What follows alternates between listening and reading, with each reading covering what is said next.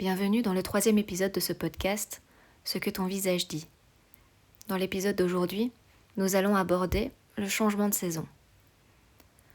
Dès ce 4 février, nous entrons dans la saison du printemps, selon la médecine traditionnelle chinoise, et le printemps, il est relié à l'élément du bois.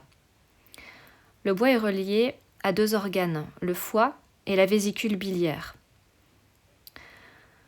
Cette saison, elle va durer du 4 février au 15 avril. Et pendant tout ce temps, c'est le foie et la vésicule biliaire, donc à la fois le méridien et l'organe, qui vont être un petit peu plus sollicités, ou en tout cas qui risquent d'être plus facilement affaiblis. Alors on va regarder un petit peu à quoi le foie et la vésicule biliaire, à quoi en fait l'élément du bois est relié en termes de sphère organique. Donc quels sont les organes et fonctions du corps qui sont impactés par l'élément du bois.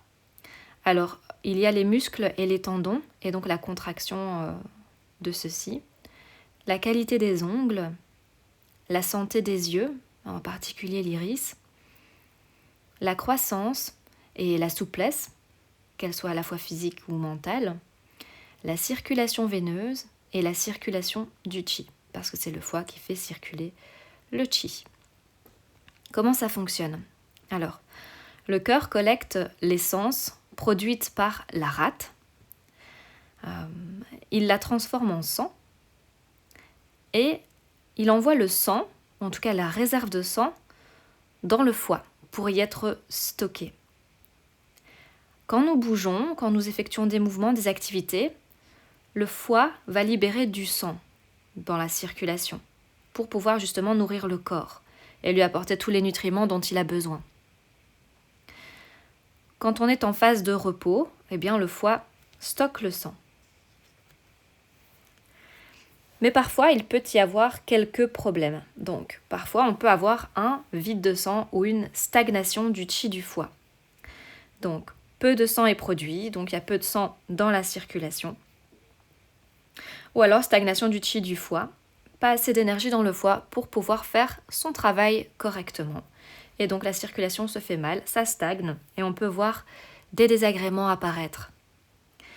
Par exemple, dans le cadre du vide du sang ou de stagnation du qi du foie qui empêcherait la bonne circulation du sang, eh bien les muscles, les tendons et les ligaments manqueraient de fluide parce qu'ils ne seraient pas correctement irrigués par le sang, correctement nourris.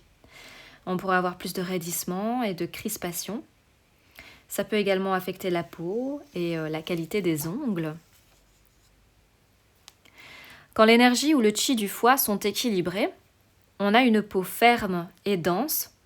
Et pareil pour le corps. Donc le corps est ferme et tonique, bien musclé, avec une tension musculaire qui est adaptée et pas exacerbée.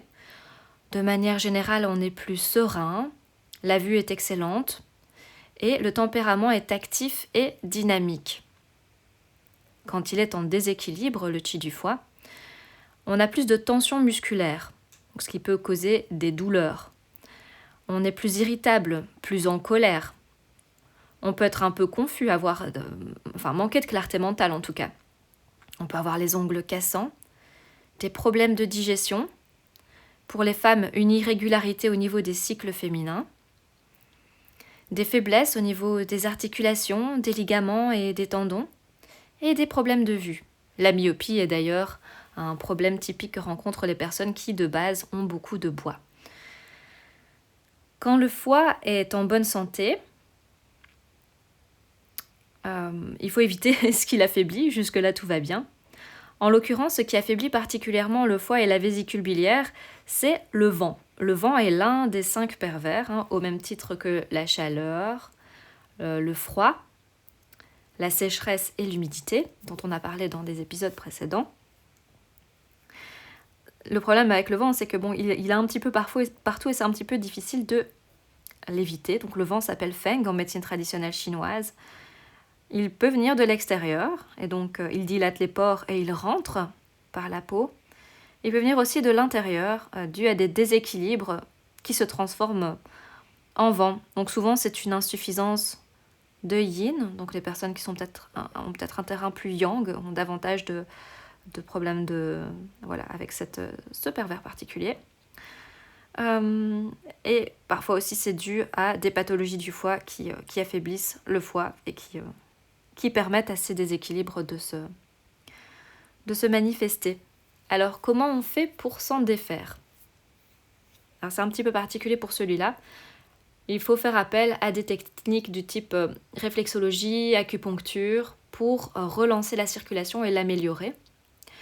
Il faut adopter des activités beaucoup plus yin, comme le yin yoga, comme la méditation, faire la sieste aussi de temps en temps, faire tout ce qui va pouvoir vous ramener au calme tout en vous nourrissant intérieurement. Et d'ailleurs, le yin yoga est particulièrement adapté, surtout en cette saison, parce qu'il va venir travailler la souplesse et il va permettre d'entrer dans un état de sérénité tout particulier. Donc, je vous recommande vivement de faire du yin yoga avec une personne donc formée en la matière et qui pourra vous guider correctement. Et vous pouvez aussi corriger cela, tous les déséquilibres possibles au niveau du bois, grâce à l'alimentation. Donc l'alimentation sera principalement composée de légumes verts, notamment toute la famille des choux, et plus ils sont verts, mieux c'est. Donc clairement, un chou de Bruxelles sera mieux qu'un chou blanc, même si, comme je le dis, toute la famille du chou peut contribuer à nourrir l'élément du bois.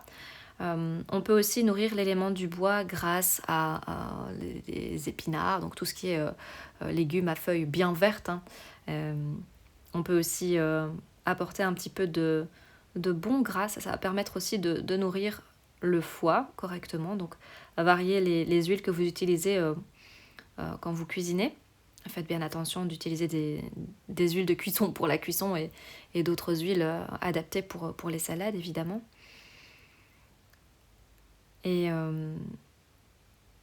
promenez-vous un maximum en pleine nature. Bon, là, pour l'instant, il pleut un peu, j'avoue, mais dès que les pousses vertes reprennent, n'hésitez pas à vous promener en pleine nature. Parce que ce qui soigne le foie, c'est d'être entouré de verdure. Donc si chez vous, vous avez des plantes, des fleurs, je vous conseille de travailler donc, dans un potager, d'avoir des petites jardinières remplies de fleurs. La vue des fleurs et de la verdure permet vraiment de calmer, d'apporter de la sérénité et de tempérer le foie. Une dernière petite chose, l'émotion qui est liée et qui vient affaiblir le bois, et le foie notamment, c'est quand même la colère. Donc faites bien attention avec votre colère pendant cette période. Elle risque d'être particulièrement exacerbée, surtout avec cette montée d'énergie typique du printemps. Et on va en discuter davantage dans les épisodes qui suivront celui-ci, sur certains traits particuliers liés à la colère et au méridien du foie et de la vésicule biliaire et aux zones réflexes sur le visage, liées à ces méridiens évidemment. Donc voilà, comme ça vous êtes prévenus. Et je reviens toujours à mon yin yoga, mais ça permet vraiment d'être bien ancré et de limiter les débordements émotionnels de quelque sorte que ce soit. Je vous remercie de m'avoir écouté pour ce court petit épisode sur le bois. Je vous souhaite une bonne entrée en matière dans cette nouvelle saison que nous attendons tous évidemment. Le printemps, c'est toujours une saison qu'on attend. Je vous souhaite une bonne journée, une bonne soirée, peu importe le moment où vous m'écouterez. Et je vous dis à la semaine prochaine.